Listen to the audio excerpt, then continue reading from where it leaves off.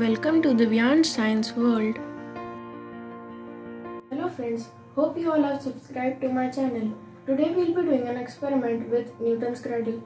With Newton's cradle, we will demonstrate the law of conservation of momentum and kinetic energy.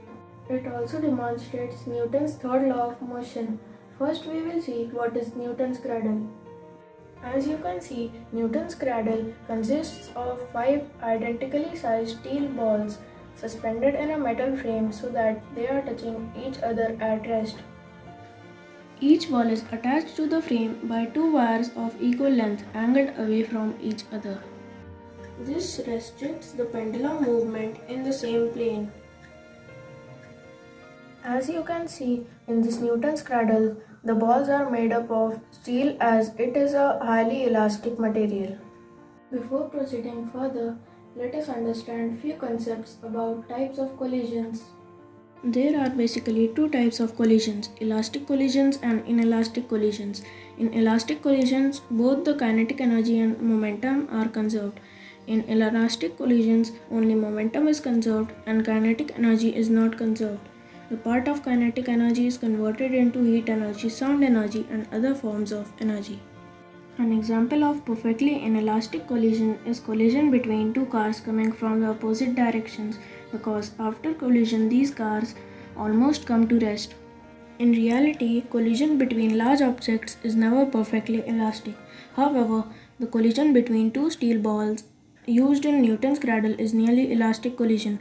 Only a very small amount of kinetic energy is converted into heat and sound energy. We have already discussed the collision between steel balls of Newton's cradle is nearly an elastic collision, therefore the momentum and kinetic energy are conserved. Now let us carry out the experiment and see what happens when I collide only one ball on the right side. You can see that only one ball on the left side is moving with almost same velocity as that of the ball on the right side. The 3 balls in between are stationary. This diagram clearly explains the phenomena. If we take the mass of each ball as m and the velocity of the ball on the right side just before collision as v, then the momentum before collision is mv and kinetic energy is half mv square. Since after collision only one ball on the extreme left moves with the same velocity v, therefore the momentum after collision is mv and kinetic energy is half mv square.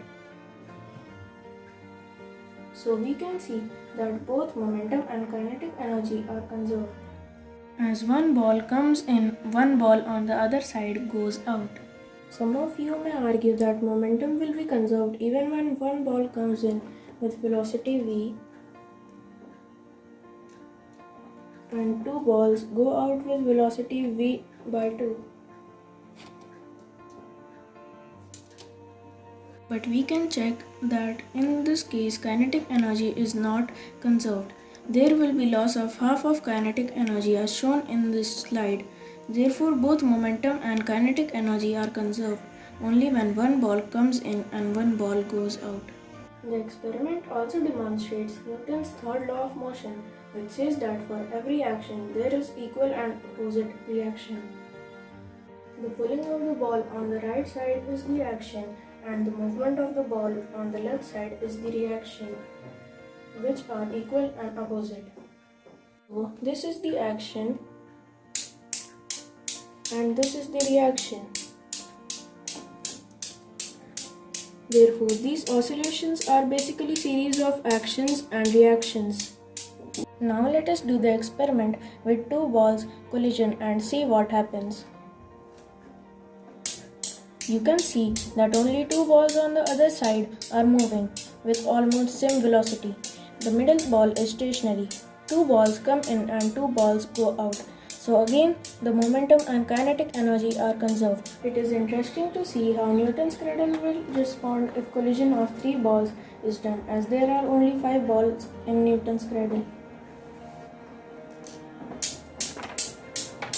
You can see that the ball at the center is continuously oscillating with same velocity while the two side balls are coming in and going out. So again the momentum and kinetic energy are conserved. Finally, let us carry out the experiment with collision of 4 balls and see what happens. You can see that the middle 3 balls are continuously oscillating and one ball is coming and going out. So total 4 balls are oscillating at a time. Therefore again momentum and kinetic energy are conserved. Also the action and reaction are equal and opposite to each other. Now let us discuss some daily life examples where we can see application of law of conservation of momentum and Newton's third law of motion. When we fire a bullet from a gun, the gun recoils back. This happens to conserve the momentum of both bullet and gun. Also the recoil of gun is equal and opposite to forward movement of bullet. During rocket launching, the burning gases are ejected in the backward direction, and thus by conservation of momentum, the rocket moves in the forward direction. Therefore, rocket engine thrust is equal and opposite to downwards push of gases. During boating, when we push the water backwards, the boat moves in forward direction. The momentum we put into the water is equal and opposite to the momentum acquired by the boat.